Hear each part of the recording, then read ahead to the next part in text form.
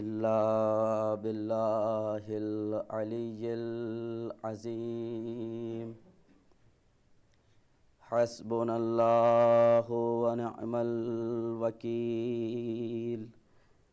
نعم المولى ونعم النصير بسم الله الرحمن الرحيم الحمد لله الذي هدانا لهذا وما كنا لنهتدي لولا أن هدانا الله لقد جاءت رسل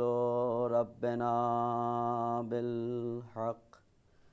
ثم الصلاة والسلام والتحية والإكرام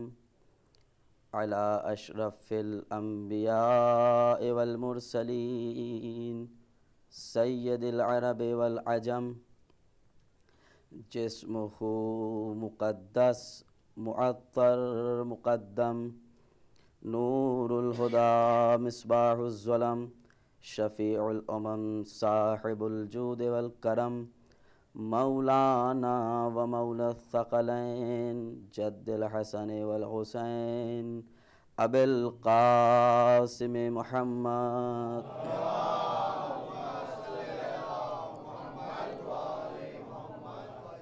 وعلى أهل بيت الطيبين الطاهرين المعصومين المظلومين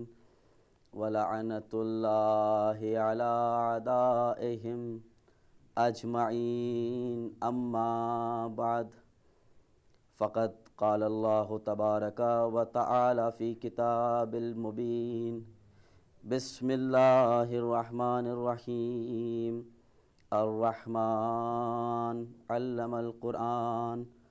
خلق الإنسان علمه البيان صلوات محمد وآل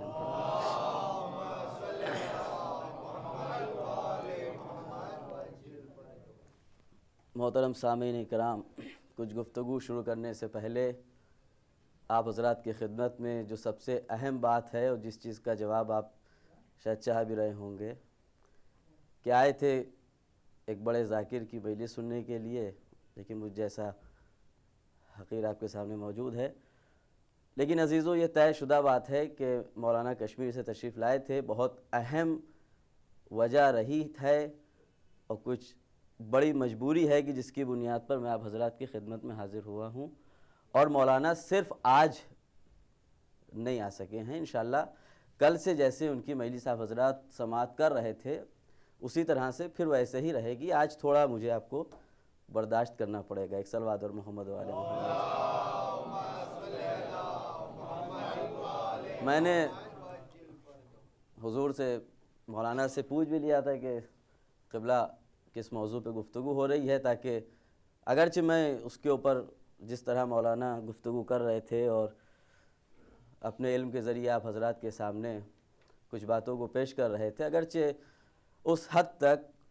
بہرحال میں نہیں کر سکتا ہوں، لیکن موضوع پوچھا تو نے کہا کہ معرفت قرآن کے سلسلے میں گفتگو ہو رہی ہے، لہذا میں بھی اسی موضوع کو آگے بڑھاتے ہوئے کچھ گفتگو آپ حضرات کی خدمت میں عرض کروں گا۔ ایک صلوات اور محمد والے محمد۔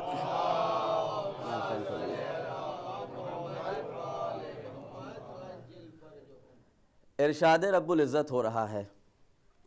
سورہ رحمان مشہور و معروف سورہ، ہر اعتبار سے مشہور و معروف ہے، خصوصاً جب کسی کا انتقال ہوتا ہے تو بہرحال یہ سورہ کی تلاوت ضرور کی جاتی ہے۔ سورہ رحمان کی تلاوت جب تجہیز و تکفین کے لیے جاتے ہیں اور جب جنازہ جاتا ہے تو اس سورہ کی تلاوت کی جاتی ہے۔ لیکن عزیزوں، ایک عجیب بات ہے جو لمحہ فکریہ بھی ہے کہ ہمارے یہاں ہم نے قرآن کے سوروں کو مخصوص کر دیا ہے خاص مقامات سے کہ یہ سورہ ہے تو جب تک کہ کسی کا انتقال نہ ہو تب تک کہ اس کی تلاوت نہیں کی جائے گی۔ ویسے تو ایک افسوسناک بات یہی ہے کہ قرآن ہی ہمارے یہاں عموماً اسی وقت اٹھایا جاتا ہے۔ میں سب کی بات نہیں کر رہا ہوں، لیکن عموماً بہرحال کچھ ایسے حضرات بھی ہیں کہ جو معرفت قرآن سے واقف ہیں، معرفت قرآن رکھتے ہیں، وہ ہمیشہ قرآن کی تلاوت کرتے ہیں۔ جیسا کہ یہ چیز احادیث میں آئی ہے کہ قرآن کی تلاوت کرنے سے حافظہ بڑھتا ہے، قرآن کی تلاوت کرنے سے آنکھوں کی روشنی بڑھتی ہے، بہت سے فوائد ہیں، من جملہ ان میں یہ بھی ہے۔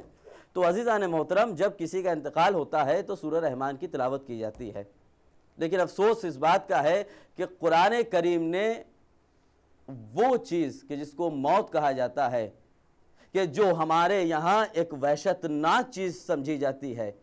ہمارے یہاں ایک ایسی چیز سمجھی جاتی ہے کہ بعض مقامات پر جب کوئی مر جاتا ہے تو اس مردے سے انسان خوف کھانے لگتا ہے،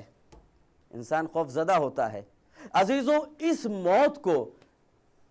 جو ہمارے یہاں جس کا تصور موجود ہے، عزیزان محترم، کیا قرآن نے بھی اس موت کو اسی طرح سے بیان کیا ہے؟ کیا قرآن نے بھی موت کو اسی طرح سے خوفناک پیش کیا ہے؟ نہیں عزیزان محترم، اگر ہم قرآن کو دیکھیں اور قرآن میں لفظ موت کا تذکرہ دیکھیں، اس کا ذکر دیکھیں، تو عزیزوں قرآن نے، اللہ نے اپنے کلام میں موت کو ایک بہت ہی حسین طریقے سے پیش کیا ہے،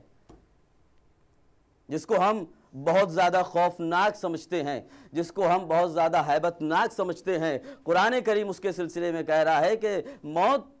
کوئی معمولی چیز نہیں ہے، تم اس سے خوفناک رہتے ہو، لیکن موت بہت شیریں ہے، موت بہت حسین ہے، موت بہت جمیل ہے۔ عزیزوں، خداوند عالم خود جمیل ہے، وہ جمال کو پسند کرتا ہے۔ جس چیز کو اللہ نے قرآن میں جمیل کہہ کر کے پیش کیا ہے، جس چیز کو اللہ نے قرآن میں حسین کہہ کر کے پیش کیا ہے، ہم کو اس کو جمیل ہی سمجھنا چاہیے، ہم کو اس کو حسین ہی سمجھنا چاہیے۔